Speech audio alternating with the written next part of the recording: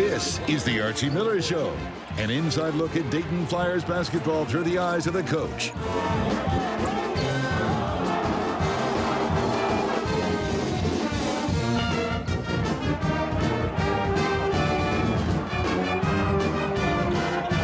Now, here's your host, Mike Hartsock.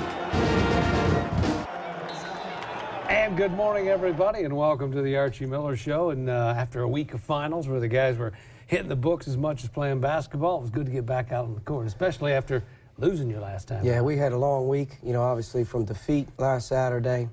Our guys had finals, which is always a taxing. We had heavy loads of testing on Tuesday, Wednesday, and Thursday of the week. And we had some really odd evening practices to try to give them the days to themselves to keep them mentally as fresh. But it was also a very physical week for us. We needed to get a lot of work in. We needed some guys to step up and start to play better.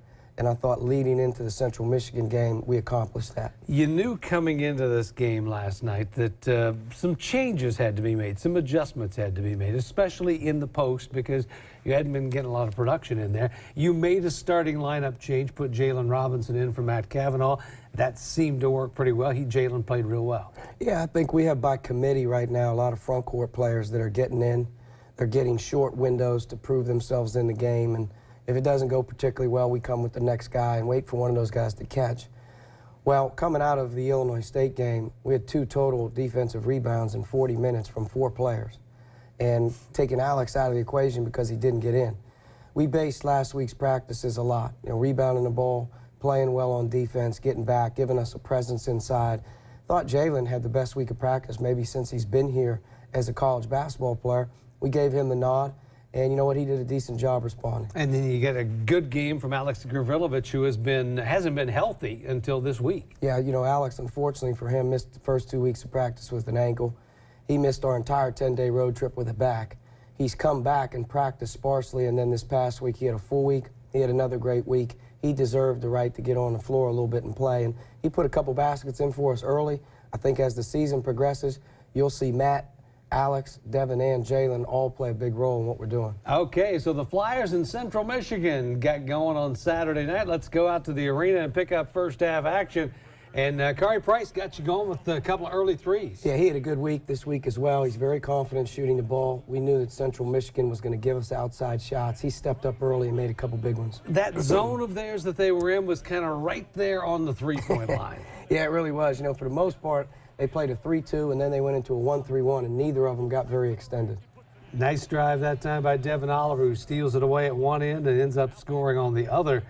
Missed shot here, but Jalen Robinson keeps it alive and spots Deshaun Pierre. Great effort, extra effort. A 50-50 play leads to 2 points for us. Deshaun Pierre woke himself up a little bit as well, scored 15 points. Here's V coming off a screen wide open at the free throw line. Good screen by Devin Scott. Good execution, good spacing.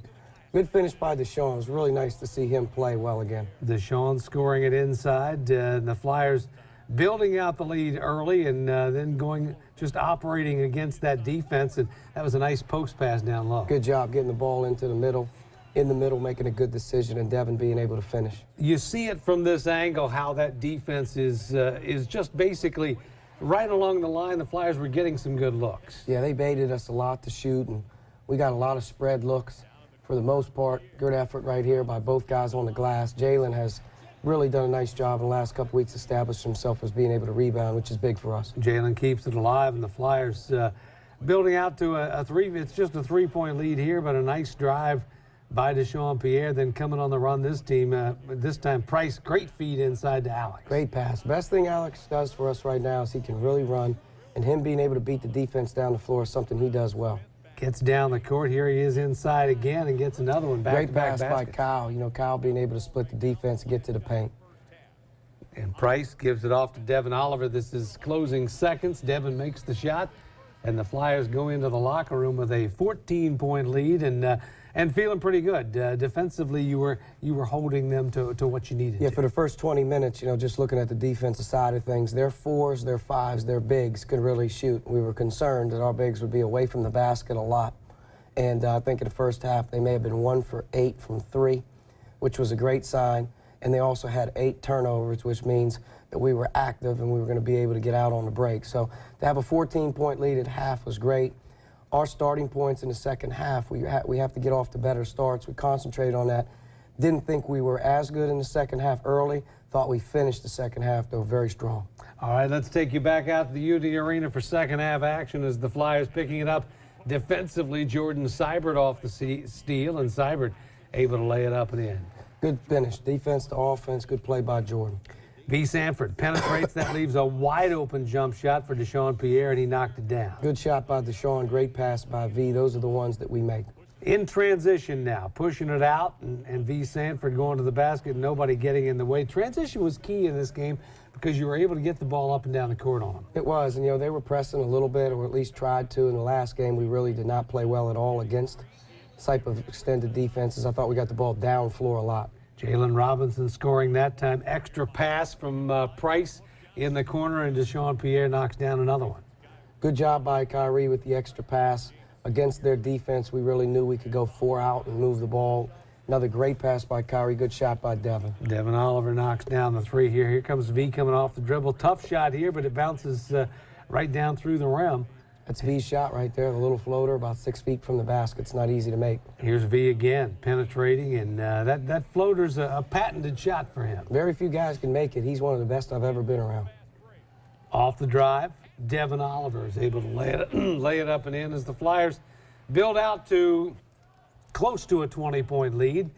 They were shooting it from the outside a little bit, and then here's Alex running the court again. Misses the dunk, but right there was Jordan Seibert. Good job by Jordan running the play down. So many times you can give up on that play. Good pass by Scooch. Alex, great job running. Again, great job. Good, really good ball movement. Maybe as good of ball movements we've had early in the season, from transition to extra passes to guys being able to get some easy ones. Yeah, guys were seeing people a little bit better than they have. Yeah, a little bit had to do with Central Michigan's defense. I thought they tried to pack it in. They gave us ball movement, but not all the time can you do it.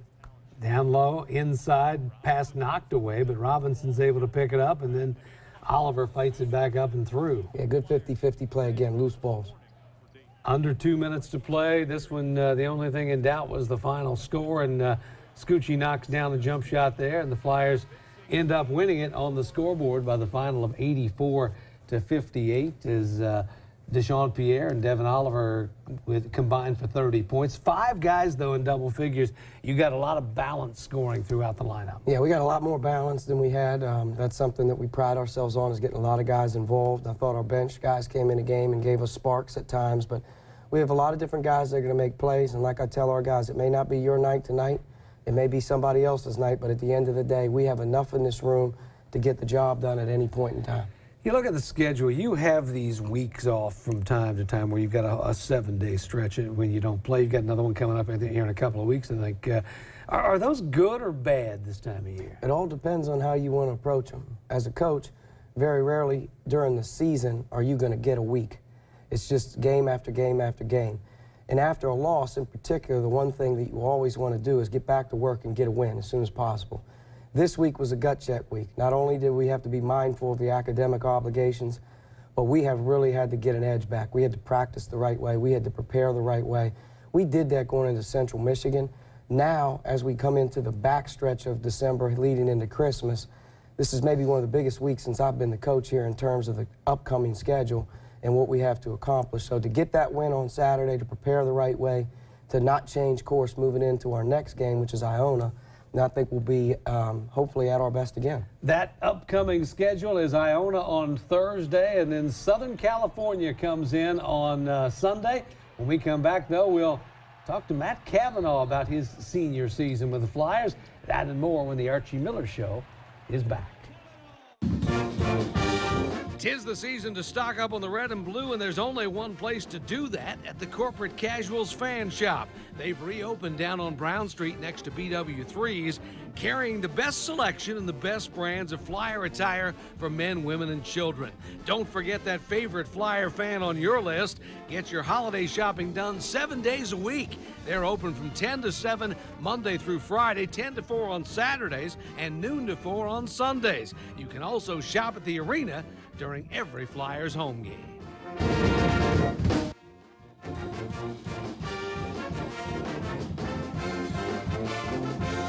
Welcome back to the Archie Miller Show. And Coach, you look at your guys as you go through a basketball season. You don't usually have guys graduating during the season. But yesterday at the UD Arena, Matt Cavanaugh got his diploma, and then last night was playing in a basketball game. Yeah, you know, Matt, obviously being in his 5th year, gave him some time to finish up. He put it on track here this summer from May and June and July.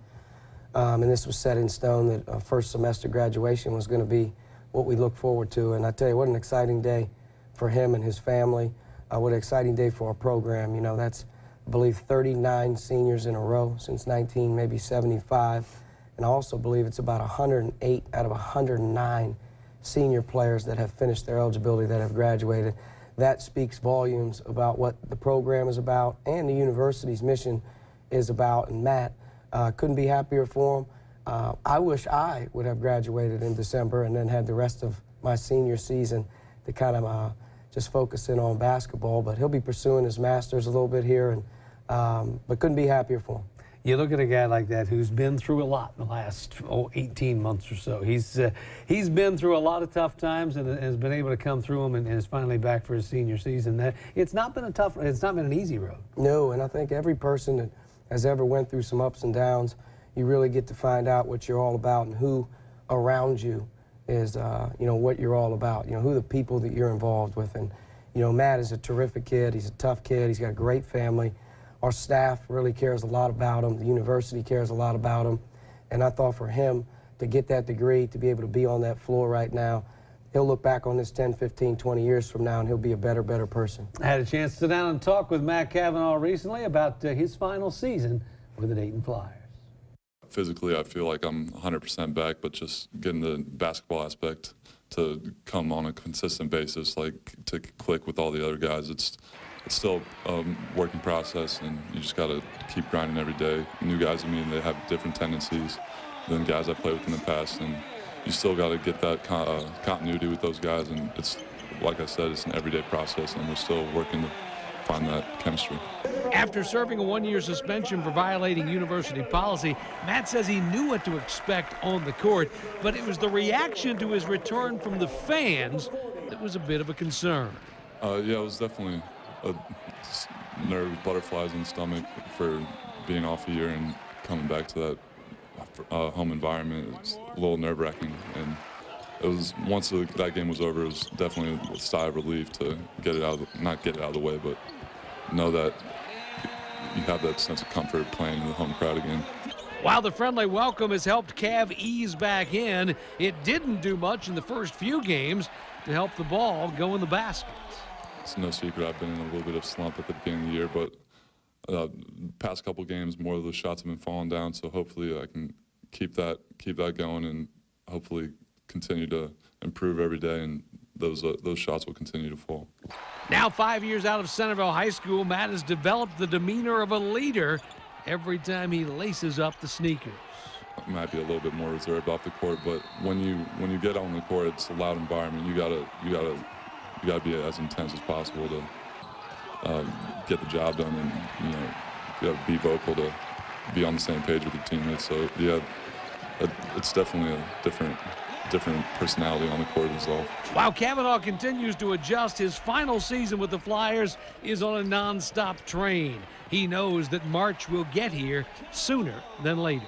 It's hard to worry about that when you got so much other stuff going on. You got to just focus on getting better in practice and focus on your next opponent. But there are definitely times when it hits you and you're like, wow, this is my last go at it. So you got to try to use that motivation to make the most out of it. My time here, there's been a lot of growing pains and a lot of different things going on that I feel like what I've been through, I've been able to mature a lot and get a sense of appreciation for what I have here and what I've been able to go through. So I feel like I've grown a lot, and not only as a basketball player, but as a person.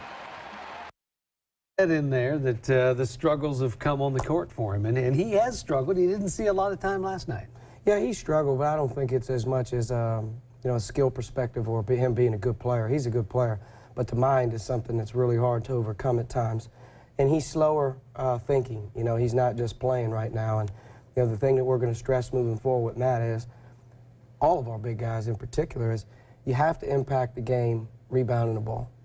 I think where Matt's struggled a little bit here early in the season is defensively and rebounding the ball.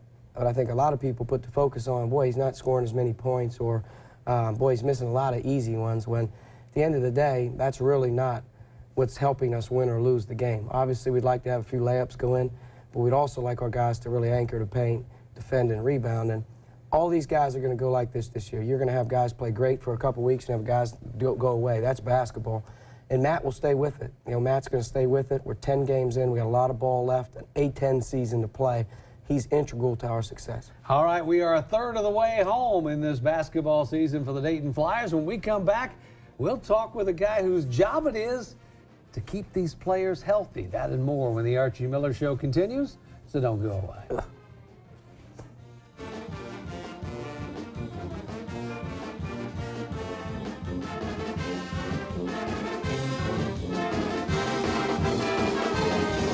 Welcome back to the Archie Miller Show, and there is, this time of year with colds and flu, and then you mentioned the injuries on the court. There's nobody more important to this basketball program than the guy that makes sure everybody's healthy. I mean, I can't tell you what goes on a weekly basis that you would think, like, all this is going wrong at one time. You know, you got a guy with an ear infection, you got a guy with an ankle sprain, you got a guy with a back, you got 2 more guys the next morning that come up with something. Well, how do you practice every day? And I tell you what, he's just like, he's a one-stop shop down there, and Mike does a fabulous job for us. We've had a lot going on physically early in the season through our early part of our non-conference, and just up to date through the winter storms. He's had more than enough on his plate, and he's delivered. Mike Mulcahy, in his first year as the Flyers trainer, I went into the training room and we sat down and talked a little bit about taking care of athletes. If I can prevent an injury from happening, you know, that's the single best asset that we have. You know, ultimately at the end of the day, I want to be like the Maytag repairman. That's kind of my running motto. I don't have any business. That's usually not the case for Mike Mulcahy. The Hamilton native has plenty of work with his new job, and it's not just confined to the basketball season anymore. NCAA, there is no such thing as an off season. You're constantly training. And so you have to kind of make sure that you look at the overuse injuries and try to prevent those from occurring. But the quality and the level of athlete, it's so much more competitive. There's so much more developed and advanced than I'd say even 5 years ago, let alone 10, 15, 20 years ago. Mulcahy locked onto sports medicine after an injury of his own. He admits the physical part of the job is not as tough as trying to get inside the head of an 18, 19, or 20-year-old. I think more than anything, sometimes when you have a younger player, when they sustain an injury for the first time, they get scared. They're not sure, you know, maybe they've never had an injury. And so from that standpoint, you know, you kind of reassure them, you make sure that structurally everything is fine. They have full range of motion, full strength, but, you know, you kind of give them a pat on the back and say you're okay. I've had the other extreme, though, where I've had somebody who's had something significant and serious where they've told me that they're fine. And you got to kind of choke their motor a little bit because, again, there's a time to be tough and a time to be smart. You're looking at a very, very long season, and you want them as healthy as long as possible. That's one of the joys I have in doing this job is they're very, very motivated. If I ask them to do something, they're going to do it because they want to achieve some really great things. There's usually a cure for most of the bumps and bruises Mike deals with, but keeping the guys healthy this time of year includes keeping an eye on colds and the flu, too. The more we educate them, the better situation they're going to be in to prevent things themselves. You know, you're right, I can't be with them 24/7. You know, I have two kids of my own. I feel like here sometimes I have 15 kids. You know, it's a matter of making sure they're educated properly, they know what the right things to do are, and we've got really great kids. I feel very blessed to have a really good core of guys here at Dayton. Mulcahy spent most of his career at that school down south, and he says there's not much difference in the way things work at Dayton or Xavier. You know, I've been at Dayton a very short amount of time, and there's striking similarities amongst both institutions. Both have a strong desire to be successful on and off the court. Academics are extremely important, as is success on the hardwood. So you look at a guy like that who his job is to make sure everybody stays healthy, and that's one of the more thankless jobs in the program, isn't it? It's one of those rare jobs where you don't get to probably see the immediate impact on a person's life until he leaves. You know, it's like when you're a player, you spend such an abnormal amount of time with your strength coach and your trainer and your academic coordinator that when you leave them years down the road, you really start to realize how much they have done for you.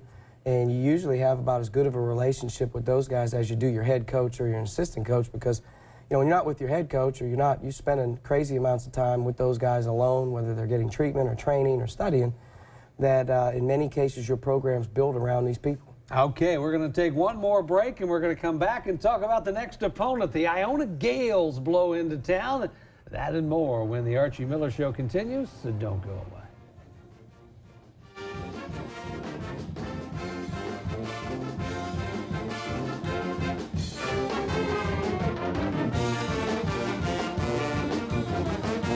Okay, it's a big week of basketball for the Flyers. You've got Thursday and Sunday games this week, Iona and Southern California. We'll talk about Southern California next Sunday to preview that game. But Iona comes in. They're coming off a loss. St. Bonnie took it to them yesterday afternoon at Iona, but this is a really good team. This is a good team. This is a team that's already played at Kansas. It's a team that has guys who have already played in our arena, being that they've been in the last two NCAA tournaments. 2 years ago playing BYU, and then last year playing The Ohio State in the arena. So we're playing a very confident group of players. They score the ball maybe as well as any team in the country. We can look at some of their highlights from earlier games this year, and they're a team that is not real big size-wise, but in their conference you don't really have to be. No, what they do is they hit you with the element of guards. Their guards can really do a lot of things. Sean Armand is an NBA prospect at the 2, and then their big guy inside really isn't a big guy. He's another perimeter player. So they got 5 guys who can shoot, dribble, pass.